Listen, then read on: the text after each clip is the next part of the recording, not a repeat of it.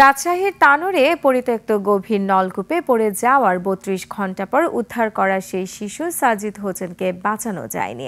রাত ৯টার দিকে fire service গর্তের পাশে সুড়ঙ্গ করে শিশুটিকে তুলে আনে। অচেতন অবস্থায় সাজিদকে হাসপাতালে নেওয়া হলে চিকিৎসক তাকে মৃত ঘোষণা করেন। রাজশাহী বিভাগীয় প্রতিনিধি বদরুল হাসান লিটনের তথ্য ছবিতে ডেস্ক রিপোর্ট।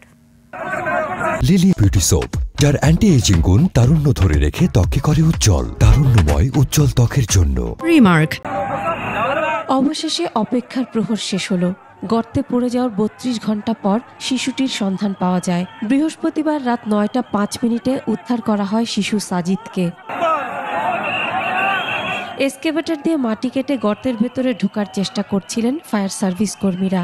গর্তের ৪৫ ফুট খোঁড়ার পর প্রথমে শিশুটির একটি হাত দেখতে পান তারা। এরপর দ্রুত তাকে উদ্ধার করে তানোর উপজেলা স্বাস্থ্য কমপ্লেক্সে নিয়ে যাওয়া হয়। সেখানে কর্তব্যরত চিকিৎসক তাকে মৃত ঘোষণা করেন।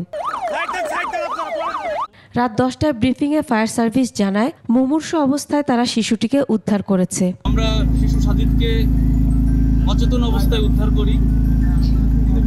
আমরা আসলে কিছুটা বাচ্চার নিথর দেহটা ধরার পরে আমরা একটু ইমোশনাল হয়ে গিয়েছিলাম কিছুক্ষণের জন্য।